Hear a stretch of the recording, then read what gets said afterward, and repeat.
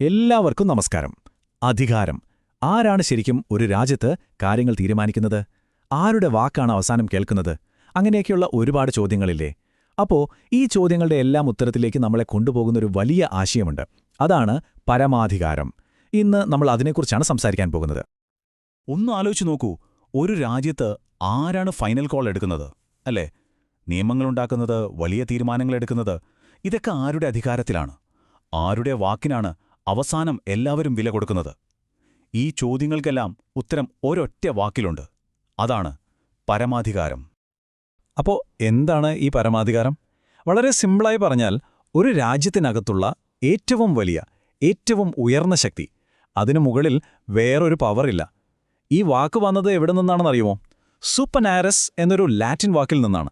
അതിന്റെ അർത്ഥം ഏറ്റവും മുകളിലുള്ളത്, അല്ലെങ്കിൽ സുപ്രീം എന്ന് തന്നെയാണ്. അപ്പോൾ പേരിൽ തന്നെയുണ്ട് കാര്യമല്ലേ? ശരി, അപ്പോൾ നമുക്ക് പരമാധികാരത്തെക്കുറിച്ചുള്ള രണ്ട് പ്രധാനപ്പെട്ട തിയറികളിലേക്ക് കടക്കാം. ആദ്യത്തേതിനെ ഏകാത്മക സിദ്ധാന്തം അല്ലെങ്കിൽ മോണിസ്റ്റിക് വ്യൂ എന്ന് പറയും. ഇത് പണ്ടുമുതലേയുള്ള ഒരു ക്ലാസിക് ഐഡിയ ആണ്. എന്താണെന്ന് വെച്ചാൽ, അധികാരം എപ്പോഴും ഒരൊറ്റ സ്ഥലത്ത് കേന്ദ്രീകരിക്കും, എന്നിട്ട് അവിടെ നിന്ന് താഴോട്ട് വരും. അതാണ് സംഭവം. ഈ ഏകാത്മക സിദ്ധാന്തത്തിന്റെ കാതൽ എന്താണെന്നറിയാമോ? വളരെ സിമ്പിളാണ്. ഒരു രാജ്യം, ഒരൊറ്റ ഭരണാധികാരി, ഒരൊറ്റ നിയമം. ആ അധികാരിയുടെ വാക്കാണ് ഫൈനൽ. അതിനെ ചോദ്യം ചെയ്യാൻ ആർക്കും പറ്റില്ല. എല്ലാ പവറും ഒരിടത്ത് തന്നെ, ഫുൾ കോൺസെൻട്രേഷൻ. അപ്പോൾ ഈ തിയറി അനുസരിച്ച് അധികാരത്തിന് ചില പ്രത്യേകതകളുണ്ട്. ഒന്നാമത്തേത്, ഇത് ആബ്സല്യൂട്ടാണ്, അതായത് ഇതിന് ഒരു ലിമിറ്റുമില്ല. രണ്ടാമത്, ഇത് അവിഭാജ്യമാണ്, എന്നുവെച്ചാൽ അധികാരം വേറെ ആർക്കും വീതിച്ചു കൊടുക്കാൻ പറ്റില്ല. പിന്നെ ഇത് പെർമനന്റ് ആണ്, അതായത് സർക്കാരുകൾ മാറിയാലും ഈ പരമാധികാരം അവിടെ തന്നെയുണ്ടാവും, ആർക്കും കൈമാറാനും പറ്റില്ല. നിയമപരമായി നോക്കിയാൽ ഇതിനു മുകളിലൊരു ശക്തിയുമില്ല. ഇതാണ് ടോപ്പ്. നിങ്ങൾ വിചാരിക്കുന്ന പോലെ ഈ ഐഡിയ പെട്ടെന്നൊരു ദിവസം പൊട്ടിമുളച്ചതൊന്നല്ല കേട്ടോ. നൂറ്റാണ്ടുകളെടുത്താണിത് വളർന്നു വന്നത്. പല വലിയ ചിന്തകരും ഇതിന് പിന്നിലുണ്ട്. ഇപ്പോൾ 16-ാം നൂറ്റാണ്ടിൽ ജീൻ ബോർഡിൻ എന്നൊരാൾ ഇതിന് ഒരു അടിപൊളി ഡെഫിനേഷൻ കൊടുത്തു. അതിനുശേഷം തോമസ് ഹോബ്സ്, ജോൺ ഓസ്റ്റിൻ, ഇവരൊക്കെ ഈ ആശയത്തെ കൂടുതൽ ഡെവലപ്പ് ചെയ്തു. ഓരോരുത്തരും അവരവരുടെ രീതിയിൽ ഇതിനെ വ്യാഖ്യാനിച്ചു. പക്ഷേ ഒരു ചോദ്യമുണ്ട്. എല്ലാവർക്കും ഈ ഒറ്റയാൾ ഭരണം എന്ന ആശയം അത്ര പിടിച്ചില്ല. അതിനൊരു കൗണ്ടറായിട്ടാണ് അടുത്ത തിയറി വരുന്നത്. അതാണ് ബഹുത്വ സിദ്ധാന്തം, അല്ലെങ്കിൽ പ്ലൂറലിസ്റ്റിക് വ്യൂ. ഇവരുടെ പ്രധാന ആശയം എന്താണെന്ന് വച്ചാൽ, അധികാരം എപ്പോഴും പങ്കുവയ്ക്കപ്പെടണം എന്നുള്ളതാണ്. അല്ല, ശരിക്കൊന്ന് ആലോചിച്ചു നോക്കിയേ. നമ്മുടെയൊക്കെ സമൂഹത്തിൽ അധികാരമെന്ന് പറയുന്നത് ഒരാളുടെ കയ്യിൽ മാത്രമാണോ, അല്ലെങ്കിൽ ഒരൊറ്റ സ്ഥാപനത്തിന്റെ കയ്യിലാണോ? സത്യം പറഞ്ഞാൽ ഇന്നത്തെ കാലത്തെ യാഥാർത്ഥ്യം കുറച്ചുകൂടി കോംപ്ലിക്കേറ്റഡ് അല്ലേ? ഇവിടെയാണ് ഈ രണ്ട് തിയറികളും തമ്മിലുള്ള ഏറ്റവും വലിയ വ്യത്യാസം വരുന്നത്. ഏകാത്മക സിദ്ധാന്തം പറയുന്നത് രാജ്യം അല്ലെങ്കിൽ സ്റ്റേറ്റാണ് എല്ലാത്തിനും മുകളിൽ, ഒരു പിരമിഡിന്റെ മുകൾ ഭാഗം പോലെ. പക്ഷേ ബഹുത്വ സിദ്ധാന്തം അങ്ങനെയല്ല പറയുന്നത്. അവരുടെ കാഴ്ചപ്പാടിൽ സമൂഹത്തിലുള്ള ഒരുപാട് ശക്തമായ ഗ്രൂപ്പുകളിൽ ഒന്നു മാത്രമാണ് സ്റ്റേറ്റ്. അപ്പോൾ ഈ ബഹുത്വ സിദ്ധാന്തമനുസരിച്ച് അധികാരം ഒരിടത്ത് കെട്ടിക്കിടക്കുകയല്ല, അത് സമൂഹത്തിൽ പലയിടത്തായി വിതരണം ചെയ്തിരിക്കുകയാണ്. ചിന്തിച്ചു നോക്കൂ. ട്രേഡ് യൂണിയനുകൾ, മതസംഘടനകൾ, വലിയ വലിയ കോർപ്പറേഷനുകൾ, ഇതൊക്കെ ഓരോ പവർ സെന്ററുകളാണ്.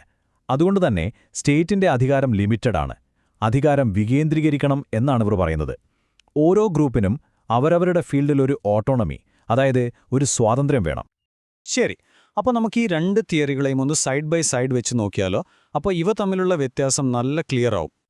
നോക്കൂ, വ്യത്യാസങ്ങൾ ശരിക്കും സ്ട്രൈക്കിംഗ് ആണല്ലേ. പ്രധാന ഐഡിയ, സ്റ്റേറ്റിനെ കാണുന്ന രീതി, അധികാരത്തിന്റെ സ്വഭാവം, ഇതിന് പിന്നിലുള്ള ചിന്തകർ പോലും എല്ലാം ഡിഫറൻ്റാണ്. ഒന്ന്, അതായത് ഏകാത്മക സിദ്ധാന്തം, സ്റ്റേറ്റിന്റെ ലീഗൽ പവറിനാണ് ഇമ്പോർട്ടൻസ് കൊടുക്കുന്നത്. എന്നാൽ മറ്റേത് ബഹുത്വ സിദ്ധാന്തം സമൂഹത്തിലെ പല ഗ്രൂപ്പുകളുടെ സോഷ്യൽ പവറിനെക്കുറിച്ചാണ് സംസാരിക്കുന്നത്. ഒന്ന് സെൻട്രലൈസ്ഡ്, മറ്റേത് ഡീസെൻട്രലൈസ്ഡ്. സിമ്പിൾ. ഓക്കെ, അപ്പോൾ ഈ പഴയ തിയറികൾക്കൊക്കെ ഇന്നത്തെ ലോകത്ത് എന്താണ് ഇത്ര പ്രസക്തി?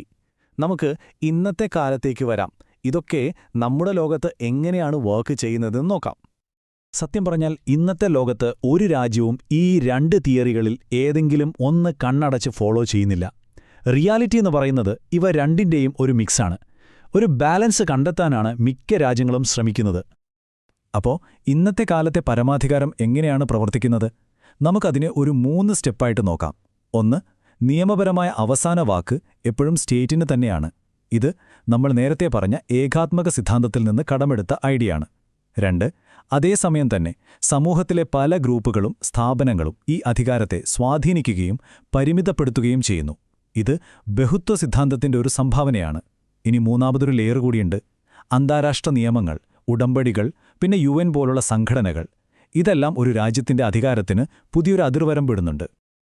അപ്പോൾ നമ്മളിന്ന് സംസാരിച്ചതിൽ നിന്ന് ഒരു കാര്യം വ്യക്തമാണ്. ഈ പരമാധികാരം എന്ന് പറയുന്നത് അത്ര സിമ്പിളായൊരു ഐഡിയ അല്ല.